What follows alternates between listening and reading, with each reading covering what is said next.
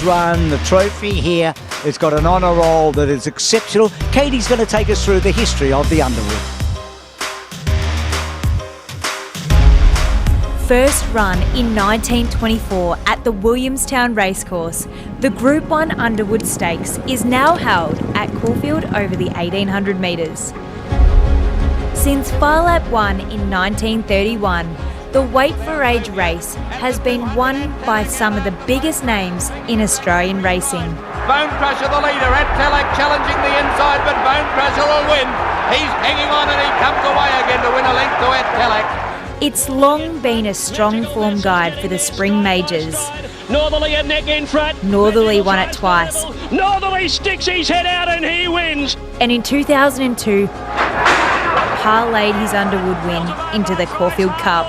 Northerly beats Fields of Omar in a grand Caulfield Cup. Jearn followed up by winning the Melbourne Cup. And Jearn's going to win the Melbourne Cup by 2 lengths to Paris Lane. And So You Think made it an Underwood Cox Plate double.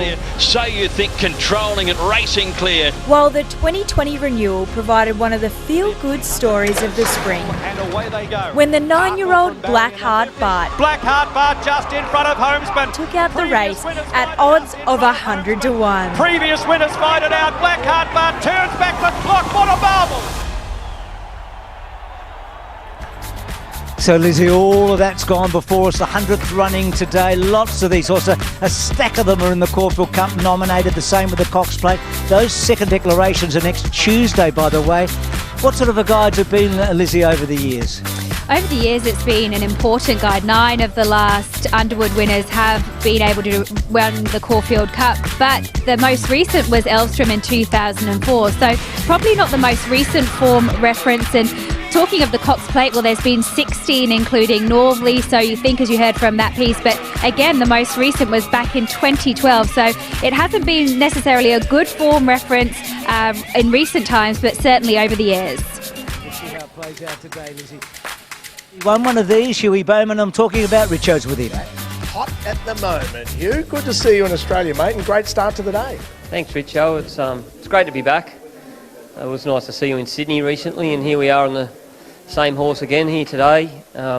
Improved performance from him at Randwick last start over the mile, and I think he profiles well for the Underwood today, so hopefully we can have a better result than we did in the Winx. Yeah, and what are the tactics with him? He tends to go forward. It's just a matter of whether you can get him to settle and sort of keep a bit of energy for a bit later on in the race. I think, yeah, it's pretty self-explanatory from that point of view. But he's won the Rosehill Guineas over 2,000, and I might have been a bit ambitious booting him out of the machines in the Winx Stakes. But it surprised me after he crossed the front and got in the rhythm. He then sort of took hold and got running. It was peculiar behaviour from such a sensible horse. So he pulled up sort of coughing and sputtering, and subsequently had a bit of a vet report after that race. So I said to Chris after the race and the connections that despite the underwhelming performance, I wouldn't be surprised to see him bounce back, and that's exactly what he did in his subsequent start. So I come here full of confidence. I'm thrilled with the barrier, and I mean, win, lose or draw, I'll go into the race thinking that he's got a really good profile for it, and it'd be great to get the victory. Yeah, great start to the day, mate, and you'll jump on a plane tonight, so good riding tomorrow as well, and good luck today. Thank you, appreciate it. Thanks. Thanks for that. As we come into the jockeys' room, just the banter and the quietness here. We're going to go, Ollie, all the way through to Craig Williams, Ben's there, Jamie Mott. We'll see. What's it like, Katie, in there? Well, I don't know what it's like in the male's jockey's room, but in the girls' jockey's room is I'll go to Jamie. You do. Well, according to Zara, they thought they have a bit of fun in the jockey room does anyway, but they'll be all pretty serious. Fair enough. That was now tell us about this ride on Blake Shillan Soccer. It looks easy, but this is a classic, isn't it? Oh, this is a beauty. He never let the horse lose any momentum whatsoever, and he just blended into the right spots at the right time. He got the right breaks. This is a race that you want your first up horses to have, just a nice progressive run. So a brilliant ride. Richie, I thought if anybody could get into the male jockey's room, it was Katie, but I was wrong yet again, mate. Oh, there's so many things I could say. She's been at her feisty best today. God love her. Interestingly, the last two Foundation Cup winners in the Underwood Stakes today, which is interesting. We've just had the Foundation Cup and a wonderful win to Uncle Bryn. Let's get into the mounting yard and keep that microphone close by, J-Mac, because we'd love your insight on a couple of runners here. Well, Lizzie, the old Marvel's back. The Melbourne Cup winner, Vowan Declare, with a lazy 6.7 million in the bank. Yeah, he looks terrific as well, doesn't he? Looking absolutely resplendent. He is carrying a little bit of condition, and you would expect him to improve from the run. He'll get better as the distances extend, but it's a great kick-off point for him.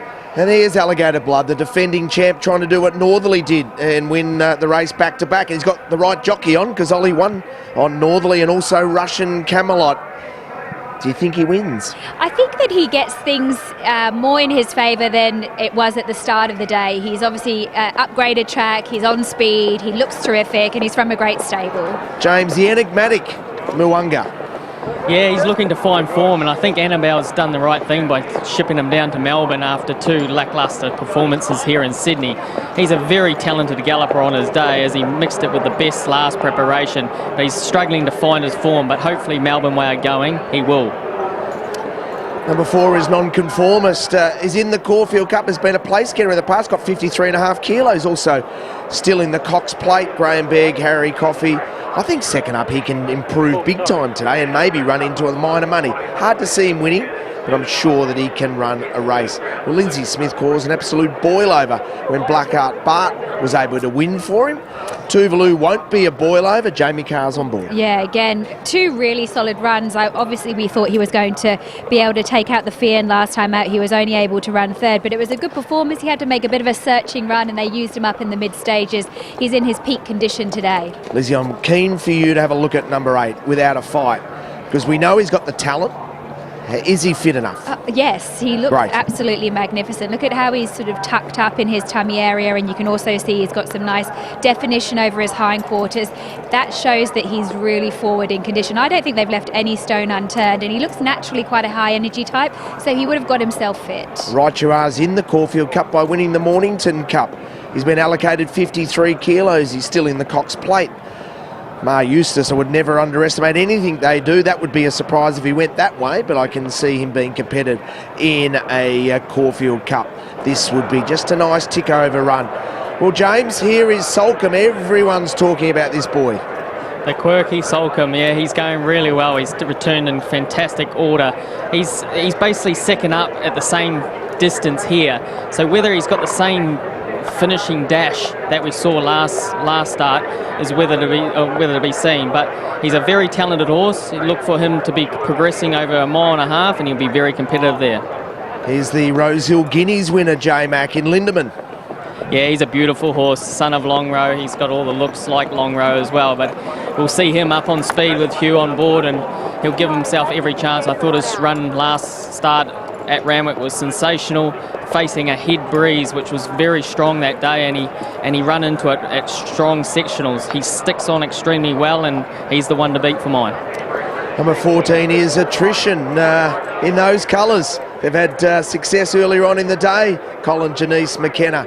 Attrition ran really well, I thought, in the Fian. Great run in the Fian, only to be beaten by Pinstriped. Again, still there's improvement to come from him third up into the campaign, and the way that he presents today, he's absolutely cherry ripe. The 15 Jewess, I thought, was a horse that looked as though she was going to really return well this preparation, but I've been slightly disappointed with her performances. I'm happy to give her another chance this way around, and look at how well she looks in the yard.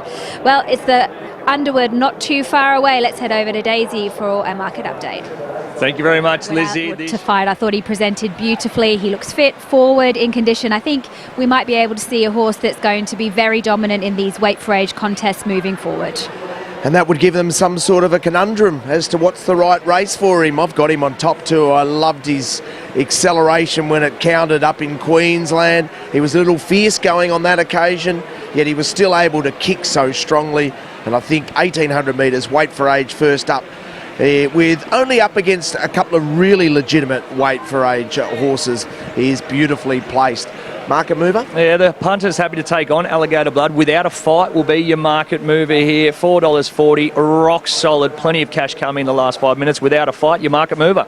So, Bruce, I would argue that Alligator Blood is the legitimate weight for age horse with Jewess in the race, but Without a Fight gets a huge opportunity here to make a statement. I agree with you, Richo. It feels like a big handicap in a way rather than a classic weight for age. I mean, we've seen small fields in recent years, so he gets his chance. When we left Queensland, we thought we were going to see a Group 1 winner. I hope Alligator Blood can do it. He's one of my favourite horses, but I think Without a Fight's the one to beat. Yeah, I'm with you, Bruce. I think he's an absolute star in the making. As long as he can get a nice run in transit, I think he's going to be the horse to beat. But I would love to see Damien Oliver get another Group 1 win aboard Alligator Blood. So, Richo, lots of history here and some to be made now, I reckon. Mwunga's about to go forward. Here we go, the Underwood. Side. And the field is set. Lindeman's edgy in barrier number 3, bouncing about, racing in the Underwoods. Soulcombe slow, missed it a length and a half. Lunar Flare going back with it. Mwunga fired out with Lindeman. Bankmore not too far away. Tuvalu pushes forward. Alligator Blood's in the top 5.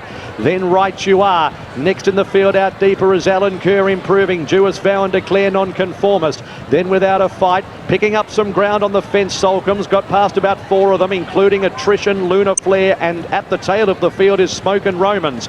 On top of the hill, 1,200 metres to go, and eventually Alan Kerr took it up by a couple. Tuvalu, Mwunga. Alligator Blood continues its wide run and forward. Then came Lindeman, Bankmore, a length and a quarter. Right You Are. Then came Jewess midfield from non-conformist, a length and a half. Soulcombe, Vow and Declare. 2 lengths Without a Fight. Attrition, 2.5. Smoke and Romans. And last of all, as they run towards the side of the course now, is Lunar Flare with about now 900 metres to run. Alan Kerr led it out by a length and a half. Alligator Blood. 2 lengths Tuvalu, Mwunga. 3 lengths away Lindeman, followed by Bankmore. Right You Are. Jewess as they spread. Then came non-conformist. Soulcombe, Vow and Declare. A length and a half Without a Fight. Attrition. 4 lengths Lunar Flare, Smoke and Romans. So it's Alan Kerr. 500 metres to go, is trying to stretch them. Alligator Blood's a length and a half away. Tuvalu still coming on. Then came Mwunga. Next in the field, Lindeman, Bankmore. Right You Are to the outside from Jewess. Without a Fight a long way back. Alan Kerr at the 300, grabbed by Alligator Blood. Tuvalu trying to go with him. A gap, Lindeman, Jewess, Right You Are and Soulcombe from a long way back. Alligator Blood at the 150 extended. A length in front of Tuvalu and Jewess. But it's Alligator Blood clear. Looking to go back to back. His mighty heart gets him there. Alligator Blood won it. Tuvalu second, Jewess third, Soulcombe fourth. Then Right You Are. And next Without a Fight and non-conformist, Lindeman and Alan Kerr. Then Bankmore, Vow and Declare. Attrition, Smoke and Romans, Lunar Flare and Mwunga. So 6 Group 1s, he goes in the quick backup. So Damien Oliver and Gay Waterhouse. Isn't that great that they combine, Lizzie, on this day? I mean, that famous Melbourne Cup victory, we know that Ollie's in his last spring gets the win on a horse that I think we all feel so fond of. We feel so attached to, don't we, with Alligator Blood? Yeah, you can see the emotion in Ollie's face. He's keeping it all together, knowing that this is his last Underwood and he's been able to go out a Group 1 winner on a horse that he's built up such a wonderful association with. Of course, he won this race on Russian Camelot back in 2020, and to be able to win it again in his final farewell tour with the Lady of Racing, well, it's just a fairy tale story. So 155 for Gay, 21 with Adrian and 129 for Ollie. Some terrific runs behind, James. Yeah, absolutely. Soulcombe was an old eye catcher from the back. Same with the Without a Fight. They're trending the right way for cup sort of preparations, and they're going well, aren't they? Yeah, and Jewess was fantastic up the fence as well. But all honest, Alligator Blood, he rode that hot speed, he bounced off the corner, and he's just such a tough customer. So does he come to the King Charles, the $5 million mile? Do they try to Cox Plate with him? Where do you reckon they go with him? Because I reckon Mr. Brightside's got him at the moment. Gee, it's a very interesting one. Last time I was trying to place these horses last week, they didn't go anywhere where I thought they would go. So hopefully he stays down there and competes, because I think he is on a Cox Plate path, but I only think. Well, he's tough. He's so hard. He's rock hard. Look at Gay. Look at that. Isn't she wonderful? Yeah, a legend in the Australian Racing Hall of Fame, to be officially inducted the 2 days before the railway. That's beautiful, isn't it, to see that? Oh. The emotion. This horse means a lot to her. Oh, Lizzie, what great scenes there with Gay, eh? Absolutely. I just love seeing her win Group 1s like everyone else does. I do believe that Mr. Brightside is heading to the King Charles, so would that be a case Alligator Blood definitely won't be wanting to clash with him? Oh, that's interesting. Okay, so Well, all these things that are cropping up, and of course with Sydney being so strong in the spring now, it gives so many options to so many horses. Look, I'm not sure if it's his best, but it's not his best performance ever, but boy, that's a big win by Alligator Blood today, because he had to chase he did, and then he put them away. And the other thing is he worked 3 wide up the hill, so it was a solid effort, and he sustained a long gallop because the pace was on, 600 from home. So New South Wales viewers switched now to 7-2. He's what we call a proper horse. He's a proper horse, is Alligator Blood. Off to 7-2 New South Wales to continue watching.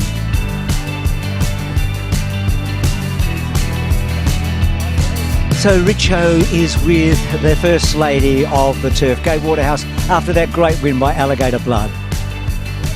Congratulations to Gay. Gay, congratulations. A horse you absolutely love. You team up with Ollie. What a performance. Congratulations. Ollie was at his best. It was like savouring a sort of vintage port, wasn't it? But he's such a gutsy, like he got into a real traffic jam in the first 2 furlongs, muddled back, and then all of a sudden he had to come 3 wide, and then he just got there behind the leader, and when he turned the corner, it was no beating him. Yeah, he just reminds me of so many of your horses. They're just so tough. What makes them so tough? Well, they've got to have it in their heart, haven't they? They've got to have it in the fire in their belly. But he's just such a joy, he's a really joyous, wonderful horse that'll give all the race goers through the spring so much fun. Oh, he was 1,800 metres today. Do you dream of a Cox Plate with him? We dream of a Cox Plate every night of my night. You think this year he's even better? He's not going to get better, but he doesn't have to get much better. He's hit his hobbles today and he'll keep improving, but he doesn't have to improve a huge amount because he's a multiple Group 1 winner, and there aren't that many of them in Australia. Yeah, a Hall of Famer. Can you give us one of those famous little kisses to the camera that you've made famous for? A lot of lipstick on. Oh, well, you mightn't get any view after the honey, darling.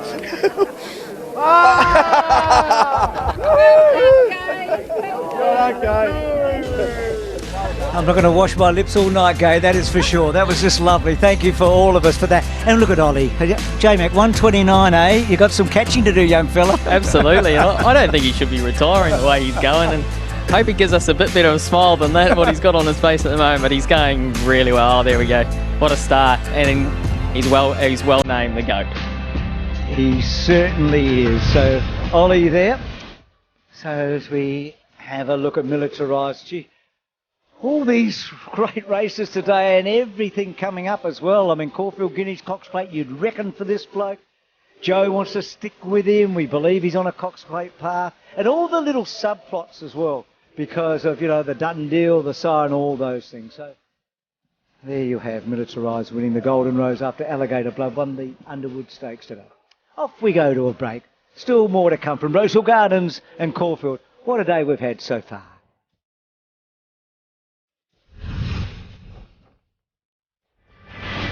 On this day 4 years ago, he wins the Caulfield Guineas Prelude. He's second in the Caulfield Guineas. He's getting stronger and better with age, if that's possible, isn't he? Oh, he certainly is. Of course, he's had his issues with kissing spine, and to come back after that is incredible. And the placement with Gay Waterhouse and Adrian Bott. And Ollie, the big story today, 129. He's with Richo. Ollie, congratulations, you and Gay. What a special feeling to combine again. Yeah, it was awesome. Gay's, we had a chat early in the spring and she said, I'll see if I can find one for you. I didn't expect it to come up under these unfortunate circumstances for Tim having his fall. And, he remains his ride, so I'm just happy to fill in for him, while he's coming back. But it was just a great opportunity and Gay, we shared an amazing cup with Fiorente and a lot of big race success over the years, so wonderful to get a big win for her. Yeah, now a lot of the speed maps had you leading. Were you surprised that you weren't leading and were you happy to take a set? Behind the gates and pre-race, he was just a little bit dull on the backup, I felt, and he wasn't as sharp to begin from the gates, and a few rushed over from the outside and crossed him quickly. So I just had to hold my nerve a little bit then, and then once the race settled, I was able to, cruise up around the lead, but the leader, he did take off a fair way from home, so it was a tough effort to lead the rest of the field up and hold them off. Now, knowing that these are your last, is it going to mean more and more, each and every one of these wins now? Oh, of course they do. I mean, it's always nice to get a big one, and because you're getting near the end and there's a few opportunities, so I'll take everyone I can get. We've got J-Mac in commentary. He's stuck on 80 and he said, gee, he's going to set a big total there, 129, mate. Oh, he's going all right the way he's going. Don't worry about that. Good on you, mate. Well done. Thanks, mate. Can't get him to cry, can we? But he can have a laugh at you, Jay Mackey. He's going to set you at. Have a look at this, James. So this is the key to him. I mean, only one season didn't he get a Group 1 win. I mean, it is. Well, he is the GOAT, I guess, isn't he? Did he just ride only 1 week of that year, did he, or something? It's amazing, that feat, because he's just been at the top for so long, and he's held that Group 1 status for a remarkable career. It's just an incredible jockey with a great will to win and great work ethic. He's just got it all, everything. There'll always be an argument who's the greatest, but in terms of the overall CV, no one can quite boast what Damien's done so far. It's quite remarkable. What about for you next week, James? As we look at one of the biggest days here, the Epsom and the Flight Stakes, who have you got so far? Well, we've got Fangirl and Unique Ambition in the two big ones, without a ride in the Metropolitan, but I've enjoyed my time here, but I'm looking forward to going back. I bet you are. You've got a terrific ride with Fangirl and Unique Ambition. So a couple of really good debate. Have a look at this. Oh, wouldn't you want that one? Have a look at that. Does it get any better? Oh, yes, it does get better. Capture that moment. Damien and Gay, hey? I've got shivers. I've got to say, I've got absolute goosebumps as I get the hot horse from Ben for the last from the tab. I've enjoyed listening to you commentate everything across my life, Bruce, but that was almost the highlight. We will see you next Saturday for what will be another great day of racing. Hope you've enjoyed it. We have.